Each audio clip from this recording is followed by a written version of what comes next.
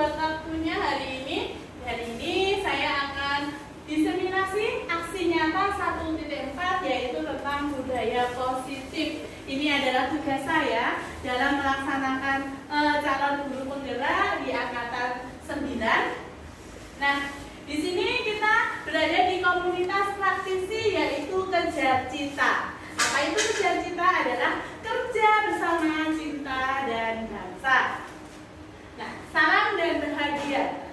Nah, di sini salam dan bahagia adalah salam yang selalu diucapkan oleh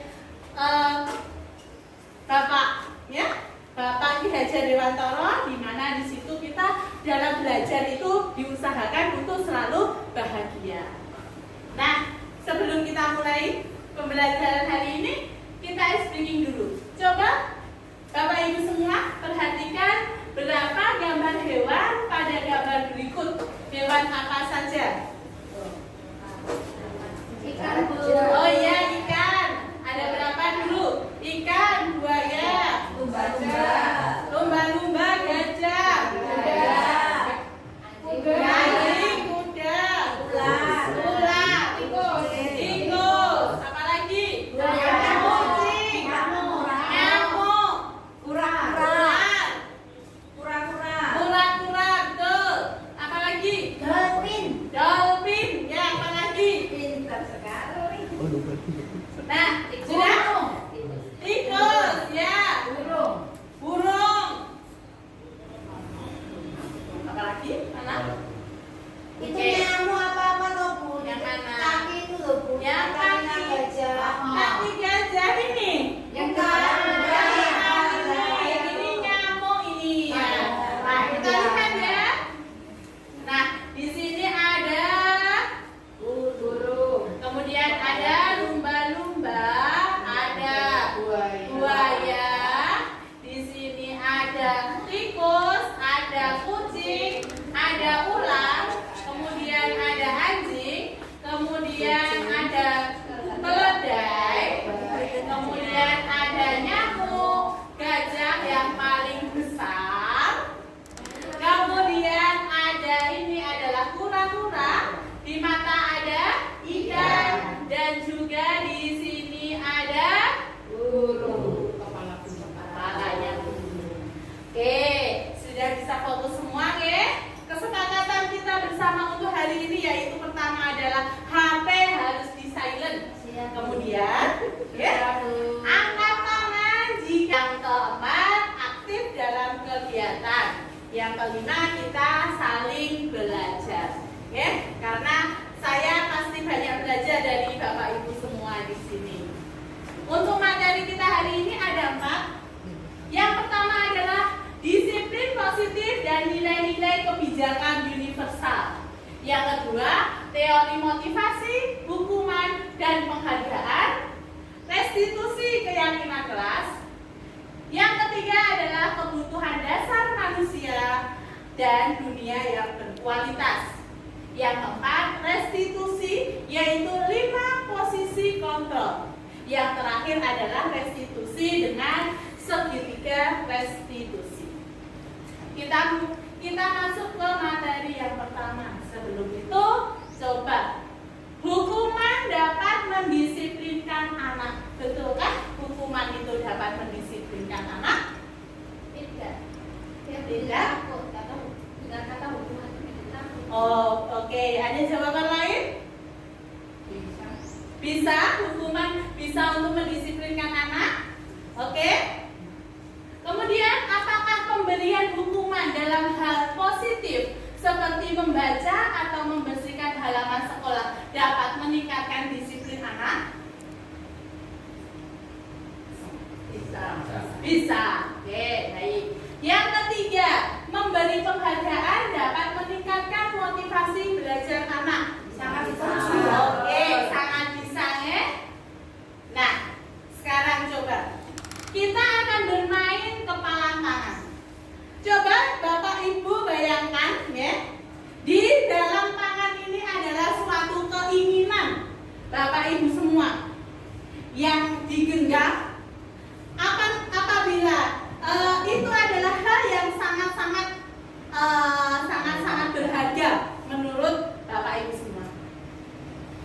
Ibu Dia? Boleh nggak? Ini saya buka. Boleh, tapi nggak ada isinya. Boleh? Boleh. Oke, baiklah. Boleh? Kenapa nggak bisa? Oh iya. Ini isinya apa ini Bu Dia? Ini adalah cita-cita, Bu. Cita-cita? Cita-citanya Bu Dia. Boleh diminta sama saya? Tidak boleh. Tidak boleh. Tapi kenapa kok tadi dibuka? Ya kalau mau ingin tahu isinya boleh, tapi yang isinya dalam hati dan pikiran saya. Kalau cuma lihat tangan boleh. Oh begitu. Oke. Sekarang Pak Tri. Ya, Boleh nggak itu di dalam genggamannya saya minta? siap boleh. Tidak boleh. Saya tukar dengan nanti saya belikan apa? Saya belikan es krim.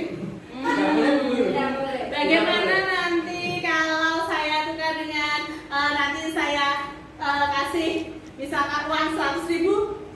Tidak boleh. Tidak boleh. Oke, baiklah. Ya, jadi dari bermain game itu tadi, ya, itu kita belajar tentang ilustrasi atau kontrol pilihan, di mana diibaratkan sesuatu yang kita genggam itu yang bisa mengontrol mau dilepas, mau dibuka atau tidak, itu hanyalah kita sendiri. Kita tidak dapat memaksa, ya kan? Seperti tadi saya memaksa dengan suatu hadiah dan lain sebagainya. Itu yang menentukan adalah diri kita sendiri. Misalnya seperti tadi, Pak Tri saya minta tidak boleh. Itu yang bisa melepas atau mempertahankan adalah dirinya sendiri. Tidak dapat dari orang lain. Nah, itu di sini adalah kita belajar tentang ilusi. Guru mengontrol siswa, sedangkan seharusnya guru itu tidak dapat mengontrol siswa.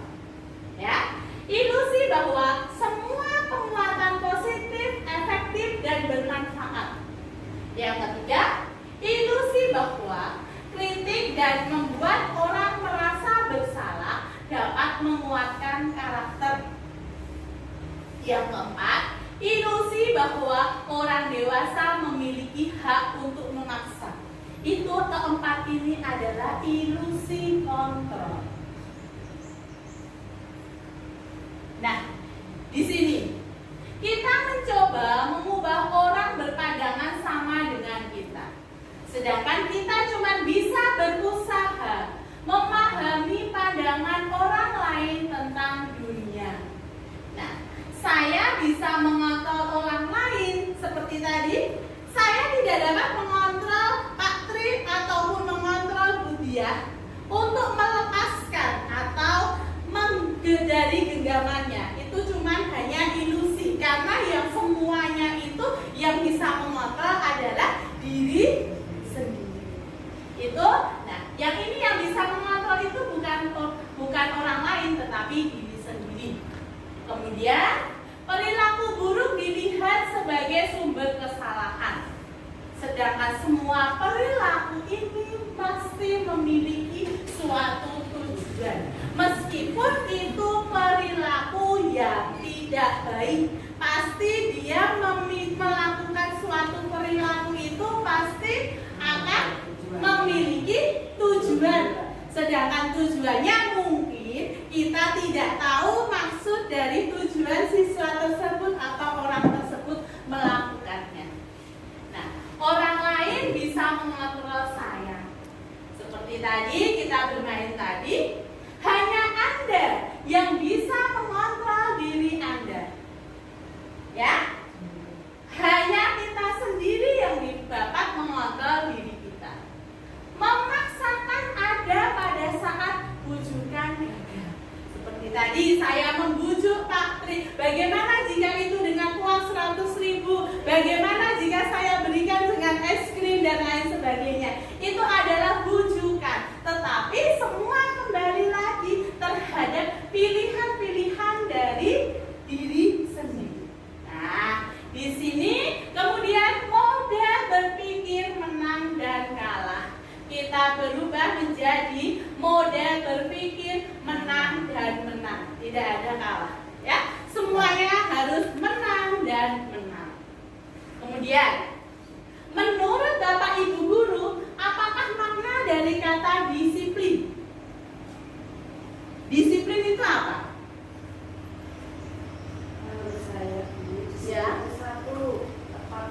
Oke, tepat waktu. Mengikuti tata tertib di mana dia berada. Baik. 3. Mengikuti aturan. Mengikuti aturan ya. Mungkin itu saja. Oke, pernah kan menerapkan disiplin ini di kelas? Tentunya semua guru semua pasti menerapkan disiplin di kelas. Oke, semuanya pasti kita menerapkan kedisiplinan itu berada di kelas. Nah, kata disiplin ini berasal dari kata Latin yaitu disiplina, yang artinya adalah belajar. Disiplin itu artinya adalah belajar. Nah, di sini ya, disiplin ini murid-murid itu berdisiplin diri dengan menggali potensinya menuju suatu tujuan. Jadi disiplin ini bukan dari bisa berasal dari mana saja. Misalkan dari orang, dari diri sendiri atau dari orang lain. Namun dalam budaya kita disiplin itu sudah memenceng atau sudah bergeser. Nah, umumnya disiplin itu adalah suatu tindakan yang tidak nyaman. Biasanya disiplin itu pasti akan ada suatu hukuman. Nah, itu adalah pergeseran dari kata disiplin. Nah, nilai-nilai kebijakan. Nilai-nilai kebijakan adalah sifat-sifat positif manusia yang merupakan tujuan mulia yang ingin dicapai dalam setiap individu. Nah, setiap perilaku atau perbuatan memiliki suatu tujuan. Itu menurut Dr. William Blaser pada teori kontrol, yaitu di tahun 1984. Dengan mengaitkan nilai-nilai kebijakan yang diyakini seseorang, maka motivasi intrinsik, motivasi di dalam diri akan terbangun sehingga menggerakkan motivasi dari dalam untuk dapat mencapai tujuan yang mulia. Di sini di Indonesia itu dengan dimensi profil pelajar Pancasila, yaitu nilai-nilai kebijakannya adalah beriman dan bertakwa, kemudian berkebinekaan global, bergotong royong, kreatif, bernalar kritis, dan mandiri. Itu adalah nilai-nilai kebijakan yang bertujuan terhadap tujuan kita itu mengacu kepada profil pelajar Pancasila. Sekarang, sebagai seorang guru, saat Anda hadir mengajar di kelas tepat waktu, motivasi apakah yang mendasari tindakan Anda? Apabila mengajar di di kelas, masuknya tepat waktu, motivasinya apa? Oh, disiplin, baik. Nah, disiplin ya. Apakah Anda dapat tepat waktu karena tidak ingin ditegur oleh atasan Anda dan kemudian mendapat surat perintah peringatan? Bisa juga. Anda ingin mendapatkan ujian dari atasan Anda dan mendapatkan penghargaan sebagai karyawan atau guru yang berprestasi? Betul. Bisa. Apakah Anda menjadi orang yang menghargai waktu, menghargai diri Anda sendiri sebagai teladan bagi murid-murid Anda karena Anda percaya tindakan Anda sebagai guru adalah contoh untuk murid-murid Anda? Betul. Sip, mantap. Oke, nah motivasi perilaku ini kita akan di sini ada 3 motivasi yang memotivasi dalam perilaku manusia. Yang pertama, yaitu untuk menghargai ketidaknyamanan atau menghindari ketidaknyamanan atau hukuman. Jadi kita bertindak itu untuk menghindari suatu hukuman.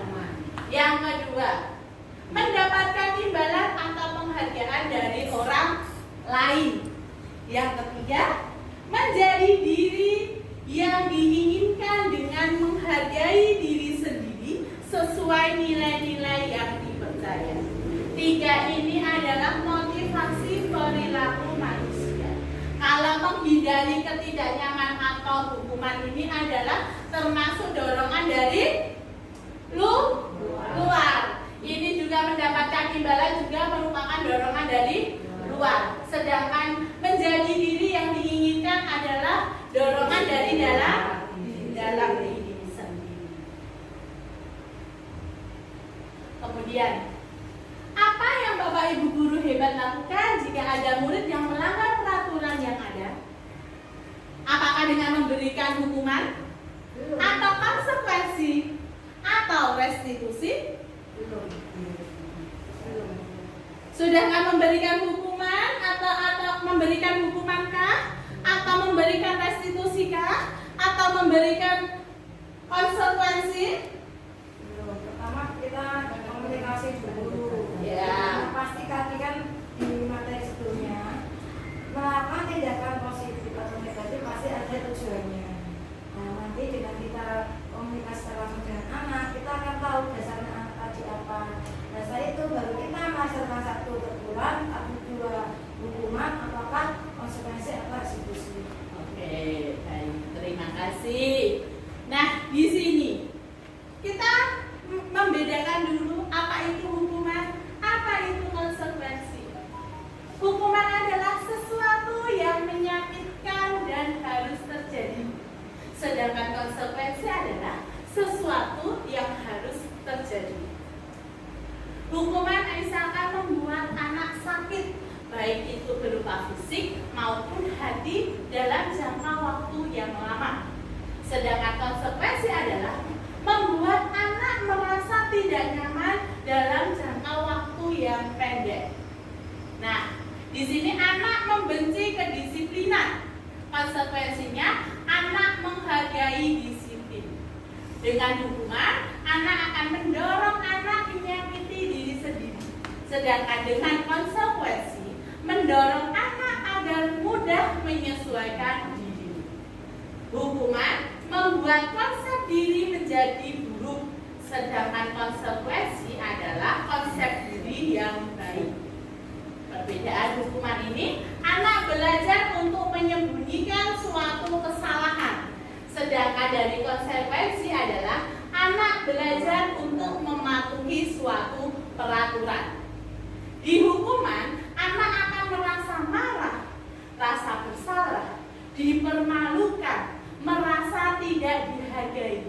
Sedangkan di konsekuensi ini, anak akan kehilangan hak, dibuat tidak nyaman, diasingkan, tetapi hanya dalam waktu sementara. Nah, sekarang apabila tindakan guru ini termasuk hukuman atau konsekuensi. Yang pertama, mencatat 100 kali di dalam buku dengan kalimat saya tidak akan terlambat lagi. Karena terlambat lagi di sini dilakukan karena terlambat ke sekolah. Ini termasuk hukuman atau konsekuensi? Hukuman. Oke. Yang kedua, lari mengelilingi lapangan basket 2 kali karena terlambat hadir ke sekolah. Hukuman. Murid diminta untuk push up 15 kali karena tidak menggunakan masker ke sekolah. Hukuman. Menggantikan kertas tugas teman yang telah dicoret-coret. Konsekuensi. Membersihkan tumpahan air di meja tulis karena tersenggol pada saat belajar. Konsekuensi. Murid disuruh untuk mengenakan sepatu seharian di sekolah karena tidak mengenakan sepatu hitam. Ini maksudnya mungkin menanggalkan ya, berarti dilepas sepatunya karena tidak menggunakan sepatu hitam. Di sini termasuk konsekuensi apa hukuman? Konsekuensi. Oke. Lari mengelilingi lapangan 2 kali karena terlambat 10 menit untuk pelajaran PJK. Mari kita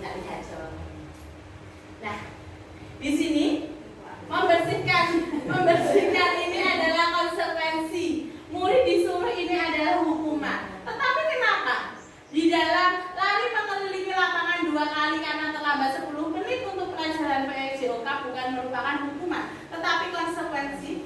Karena di dalam 10 menit pelajaran PJOK adalah masuk di pemanasan. Jadi konsekuensinya adalah karena dia terlambat, jadi keliling 2 lapangan sebagai ganti dia dalam pemanasan. Itu adalah perbedaan dari konsekuensi dan suatu hukuman. Nah, sekarang adalah restitusi. Restitusi adalah proses menciptakan kondisi bagi murid memperbaiki kesalahan mereka sehingga mereka bisa kembali pada kelompok mereka dengan karakter yang lebih kuat. Restitusi juga merupakan proses kolaboratif yang mengajarkan murid untuk mencari solusi untuk masalah mereka dan membantu murid berpikir tentang orang seperti apa yang mereka inginkan atau yang mereka tujuan mereka dan bagaimana harus memperlakukan orang lain. Di sini, pernahkah Bapak Ibu guru hebat semua memberikan penghargaan atau hadiah kepada murid karena telah melakukan sesuatu? Pernah, ya. Saya sendiri juga pernah memberikan suatu hadiah kepada murid saya dengan suatu, misalkan kalau bisa mengerjakan dengan nilai 100 semua seperti itu, nanti mendapatnya hadiah, entah itu pensil atau apa gitu. Saya pernah melakukan seperti itu di kelas saya. Nah, di sini dihukum penghargaan. Nah, penghargaan ini seperti tadi kita memberikan suatu hadiah atau penghargaan ini bisa dengan, tidak harus, penghargaan itu tidak harus dalam berupa barang, bisa juga dengan kita memberikan suatu bintang. Kalau yang kelas-kelas kecil ya, itu misalkan mendapatkan bintang dari Bu Guru, nah, seperti itu. Nah, itu juga merupakan suatu penghargaan. Penghargaan maupun hukuman adalah cara perilaku seseorang dalam menghancurkan potensi untuk pembelajaran yang sesungguhnya. Karena di situ, ya, menurut Holt, secara ideal tindakan belajar itu sendiri adalah penghargaan yang sesungguhnya. Dalam ini penghargaan jangka pendek dan jangka panjang. Kemudian penghargaan yang menghukum, penghargaan yang mengurangi ketepatan, penghargaan yang tidak efektif, penghargaan yang merusak suatu hubungan. Nah, penghargaan yang menghukum. Penghargaan menghukum itu adalah mereka tidak mendapatkan penghargaan. Misalnya dengan sistem ranking. Mereka mendapatkan ranking kedua akan merasa paling dihukum. Misalkan di sini karena dia ingin ranking yang pertama, tapi ternyata mendapatkan ranking yang kedua. Itu bisa juga anak itu merasa dia itu dihukum. Karena tujuannya adalah dia ingin mau mendapatkan ranking 1. Kemudian penghargaan yang tidak efektif. Jika kita memberikan seseorang suatu penghargaan untuk melakukan sesuatu, maka kita harus terus-menerus memberikan penghargaan itu. Jika kita tidak ingin orang tersebut meneruskan perilaku yang kita inginkan. Jadi penghargaan itu misalkan, ternyata kita memberikan seperti tadi, saya memberikan suatu hadiah jika mendapatkan nilai 100. Padahal suatu ketika ada yang mendapatkan 100, tapi ternyata saya tidak memberikan suatu penghargaan. Itu nanti dia tidak mempunyai suatu keinginan yang berada dari dalam, tetapi dia hanya inginnya dengan dipacu dari luar. Kemudian penghargaan merusak hubungan. Ketika seseorang diberi penghargaan atau dipuji di depan banyak orang, maka yang lain akan merasa iri. Dan sebagian dari mereka akan tidak menyukai orang tersebut karena merasa iri, karena dipuji di depan orang. Ini merupakan penghargaan yang merusak suatu hubungan. Kemudian ada penghargaan yang mengurangi ketepatan. Banyak yang mendapat penghargaan, ternyata banyak yang jawabannya kurang tepat. Kemudian penghargaan menurunkan kualitas. Yang mendapatkan penghargaan hasil kerjanya berhenti berkembang. Mereka tidak mendapatkan penghargaan, yang tidak mendapatkan penghargaan terus berupaya mengasah diri menjadi yang lebih baik. Sedangkan penghargaan mematikan kreativitas. Penelitian menunjukkan bahwa pekerjaan seni atau sebuah penulisan cerita menjadi kurang kreatif bila dijanjikan sebuah hadiah atau penghargaan.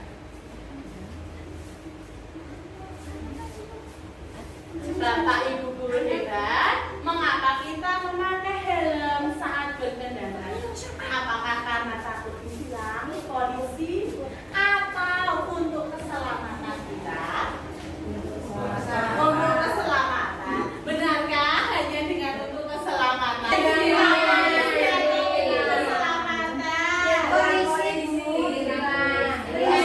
Polisi, oke. Ada yang untuk keselamatan juga, nah, di sini seseorang akan lebih tergerak dan bersemangat untuk menjalankan keyakinannya daripada hanya sekedar mengikuti serangkaian peraturan tertulis tanpa makna.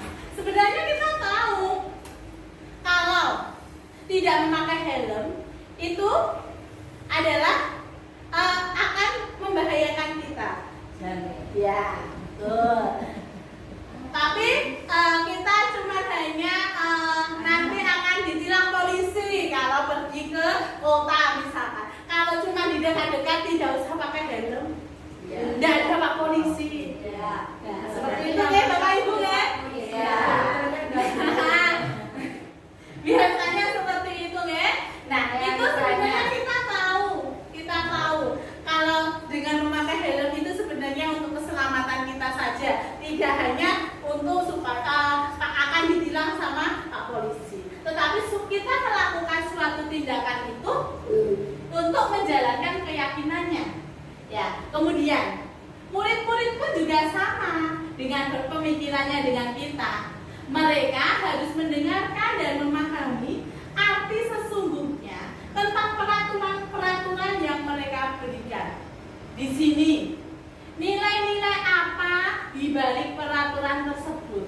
Tujuannya untuk apa? Kemudian menjadi tidak tertarik atau takut sehingga hanya sekedar mengikuti serangkaian peraturan yang mengatur mereka tanpa memahami tujuan mulianya. Maka diperlukannya adanya suatu keyakinan kelas atau kesepakatan kelas. Di sini kita di dalam peraturan kelas. Kita di dalam kelas pasti membuat suatu peraturan kelas. Sudah dibuat ibu-ibu semua? Sudah. Oke. Dari peraturan kelas ini kita akan membentuk suatu keyakinan kelas. Nah, dari keyakinan kelas ini kita akan membentuk suatu lingkungan yang positif. Lingkungan yang positif kita terapkan menjadi budaya yang positif. Nah, keyakinan kelas ini adalah bersifat abstrak daripada peraturan yang lebih rinci atau lebih konkret. Keyakinan kelas berupa pernyataan-pernyataan yang universal. Pernyataan keyakinan kelas senantiasa dibuat dalam kalimat yang positif. Kita harus membuat keyakinan kelas dengan suatu kalimat yang positif. Kemudian keyakinan kelas hendaknya tidak terlalu banyak sehingga murid-murid kita mudah untuk memahami. Keyakinan kelas sebaiknya sesuatu yang dapat diterapkan di lingkungan kelas tersebut. Semua warga kelas hendaknya ikut berkontribusi dalam pembuatan keyakinan kelas. Biasanya ini kita di kelas dengan suatu musyawarah dengan anak-anak. Kemudian bersedia meninjau kembali keyakinan kelas dari waktu ke waktu. Langkah yang pertama, mempersilahkan warga sekolah atau murid-murid di kelas untuk berpendapat tentang peraturan yang disepakati di sekolah atau di kelas. Kemudian dicatat semua masukan-masukan dari murid di papan tulis atau di kertas besar seperti kertas poster atau kertas flanel, di mana semua anggota ini di kelas ini melihat hasil pendapatnya. Kemudian setelah itu disusun menjadi suatu keyakinan kelas dengan pembuatan keyakinan kelas, dirubah diganti dengan berkalimat-kalimat yang positif. Tujuannya ini setelah ditinjau kembali dan dicatat, kemungkinan ini mendapati banyak peraturan, ya. Pernyataan ditulis ini semakin banyak yang berupa peraturan.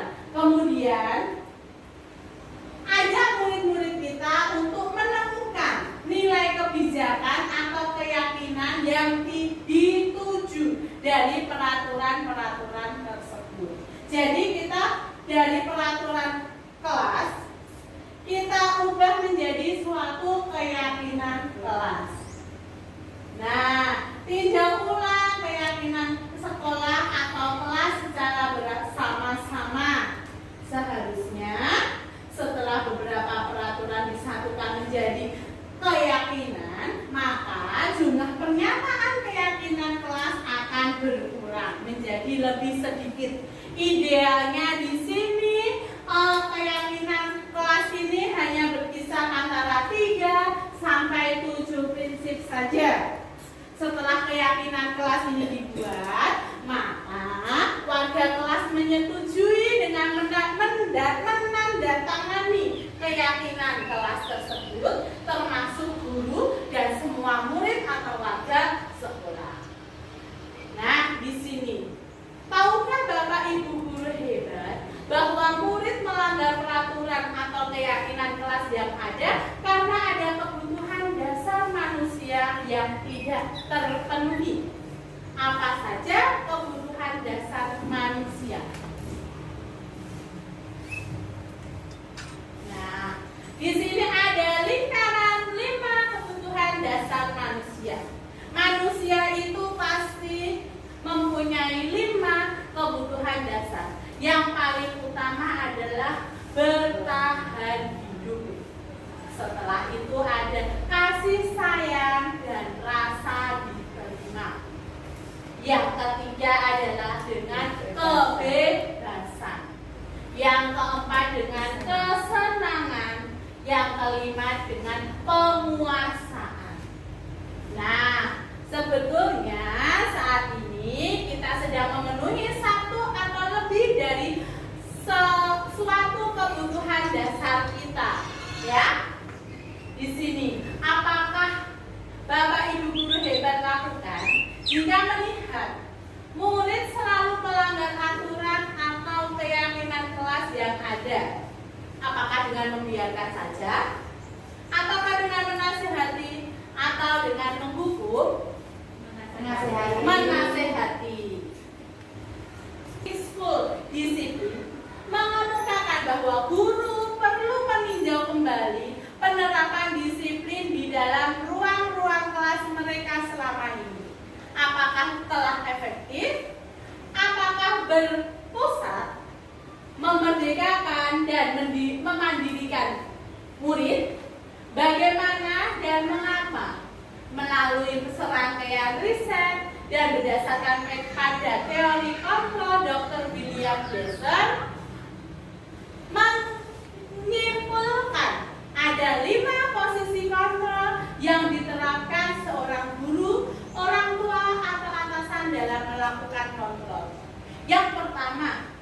dengan penghukuman. Yang kedua, dengan membuat rasa bersalah. Yang ketiga, dengan dalam posisi teman. Yang keempat, dalam posisi pemantau. Yang kelima, dalam posisi kontrol itu ada identitas kontrol. Kontrol dari luar, yaitu dengan menghindari suatu hukuman. Kemudian dengan identitas berhasil atau sukses, itu adalah kontrol dari luar. Tahu, ibu lelah sekali mengatakan ini secara berulang-ulang. Ibu sudah mengatakan ini berulang-ulang kali. Itu juga pembuatan kita membuat rasa bersalah. Hasilnya apa? Anak-anak atau murid kita akan menyembunyikan, menyangkal, bahkan berbohong dengan tindakan mereka. Kaitannya dengan dunia yang berkualitas bagaimana? Murid meletakkan guru di dalam dunia yang berkualitas. Murid nanti akan bertanya, maafkan saya Bu, tetapi hasilnya apa dampaknya kepada murid? Murid akan merasa rendah diri karena dia merasa bersalah yang amat sangat. Kemudian untuk yang posisi kontrol ketiga, kita memposisikan kita sebagai teman. Nah, di sini dengan membuatkan alasan-alasan untuk murid. Ayolah, lakukan demi ibu. Masa kamu tidak mau? Ingat tidak? Ibu pernah membantu kamu melakukan ini, itu, dan lain sebagainya. Nah, hasilnya apa? Nanti anak merasa ketergantungan. Kemudian murid meletakkan guru di situ sebagai orang yang sangat penting di dunia yang berkualitas. Nah, di sini murid akan berpikir bapak ibu guru adalah teman. Teman sebagai teman. Kemudian dampaknya pada murid apa? Murid akan lemah, tidak mandiri, tergantung kepada gurunya. Sedangkan posisi kontrol sebagai pemantau ini akan menghitung dan mengukur. Di sini apa peraturannya? Jika kamu melakukan kesalahan, apa peraturannya? Ya, kemudian hasilnya apa? Anak akan menyesuaikan diri apabila diawasi. Kemudian kaitannya dengan dunia berkualitas apa? Murid meletakkan guru, peraturan dan hukuman di dalam dunia yang berkualitas. Muridnya akan berkata, berapa banyak bintang yang saya harus dapatkan? Berapa halaman yang harus saya tulis? Di sini dampaknya kepada murid apa? Menitik beratkan pada sanksi atau hadiah untuk dirinya. Sedangkan posisi yang terakhir, posisi kelima, ini akan menghargai diri sendiri dengan posisi kontrol manajerial. Di sini mengajukan suatu pertanyaan-pertanyaan. Kemudian apa yang kita yakini? Apa yang bisa kamu kerjakan untuk memperbaiki masalah ini? Menguatkan pribadi anak masing-masing. Kemudian murid ini akan meletakkan dirinya sebagai individu yang positif dalam dunia yang berkualitas. Bagaimana caranya saya bisa memperbaiki keadaan, mengevaluasi diri, bagaimana cara memperbaiki diri. Kelima posisi kontrol ini yang paling baik kira-kira di posisi mana Bapak Ibu semua? Manajer. Di sini kita memposisikan anak-anak itu sebagai dirinya sendiri, menguatkan pribadi anak-anak sendiri. Nah, di sini jika hukuman dan konsekuensi memberikan dampak negatif, lalu apa yang harus dilakukan guru untuk menangani murid yang berbuat kesalahan? Bagaimana Bapak Ibu semua? apa yang harus kita perbuat. Jika ternyata hukuman dan konsekuensi itu memberikan dampak yang negatif terhadap anak-anak. Nah, di sini kita akan mempelajari suatu segitiga restitusi, di mana di sini ada 3 tahapan. Yang pertama, menstabilkan identitas. Di sini dengan kalimat, setiap orang pasti pernah melakukan suatu kesalahan. Kamu bukan satu-satunya yang pernah melakukan ini. Setelah itu, kita dapat menanyakan keyakinan. Nilai apa saja yang telah kita sepakati. Kemudian kamu ingin menjadi orang yang bagaimana? Orang yang seperti apa? Setelah itu ada validasi kebutuhan. Kemungkinan ya, kamu tentu punya suatu alasan mengapa melakukan itu. Kemudian apakah cara yang lebih efektif untuk mendapatkan apa yang kamu butuhkan? Itu kita menggali keinginan anak-anak tersebut. Dia itu sebenarnya maunya yang bagaimana toh? Itu adalah suatu langkah-langkah kita dalam segitiga restitusi. Nah, di sini ada contoh ya, untuk membuat anak yang merasa gagal karena berbuat salah menjadi positif terhadap dirinya dengan menstabilkan identitas. Saat ini guru berkata, berbuat salah itu hal yang manusiawi. Tidak ada manusia yang sempurna. Bapak Ibu juga buat salah. Kita pasti bisa menyelesaikan permasalahan ini. Nah, di sini juga dengan kalimat Bapak Ibu tidak tertarik untuk mencari tahu siapa yang benar maupun siapa yang salah, tetapi Bapak Ibu lebih tertarik untuk menyelesaikan suatu masalah. Kalau kamu menyalahkan dirimu sendiri terus-menerus, apakah kamu bersikap baik pada dirimu sendiri? Nah, itu adalah kalimat-kalimat yang menstabilkan identitas murid. Atau intinya yang menstabilkan. Kemudian validasi kebutuhan. Di sini guru berkata, kamu bisa saja kan melakukan hal yang lebih buruk, tapi kamu tidak melakukannya. Dengan kalimat, kamu pasti punya alasan mengapa melakukannya. Apa yang penting bagi kamu? Kamu boleh tetap berusaha menjaga sikap itu, tetapi tambahkan sikap yang lain yang lebih memukul. Apakah kamu bisa melakukan dengan lebih baik besok lagi? Itu adalah kalimat-kalimat yang memvalidasi kebutuhan. Nah, setelah itu langkah yang ketiga adalah menanyakan suatu keyakinan. Apa nilai-nilai yang kita percaya di kelas? Keyakinan apa? Nilai-nilai universal apa yang kita sepakati? Di sini kita mengacu kepada keyakinan kelas. Ya, kalau dilakukan kalau murid otomatis itu adalah keyakinan kelas.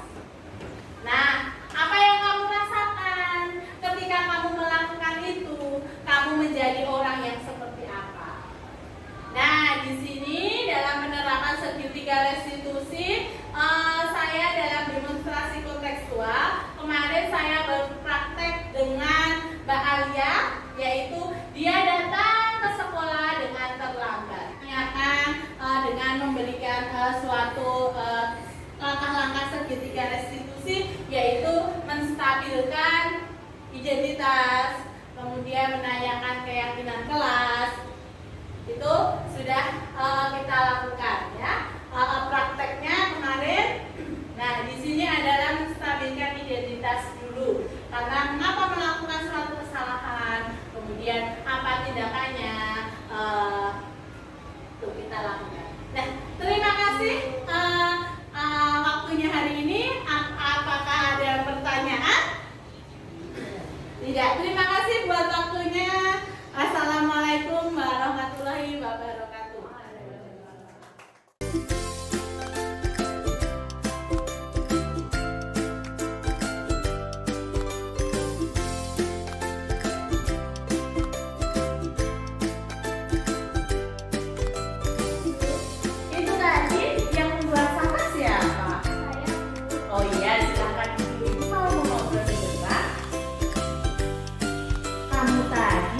kira-kira melakukan sesuatu yang tidak sesuai dengan keyakinan kelas kita tidak?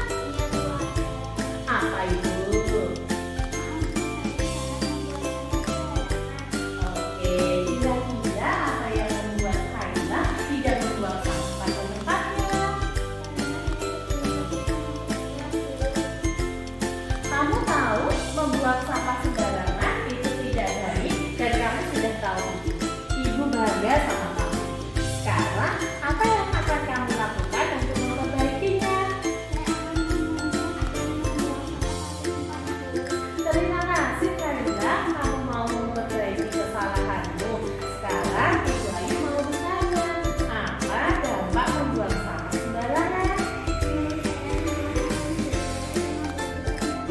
Baiklah, membuang sampah pada tempatnya termasuk budaya positif sekolah untuk menciptakan sekolah yang nyaman, indah, dan bersih. Sekarang bersedia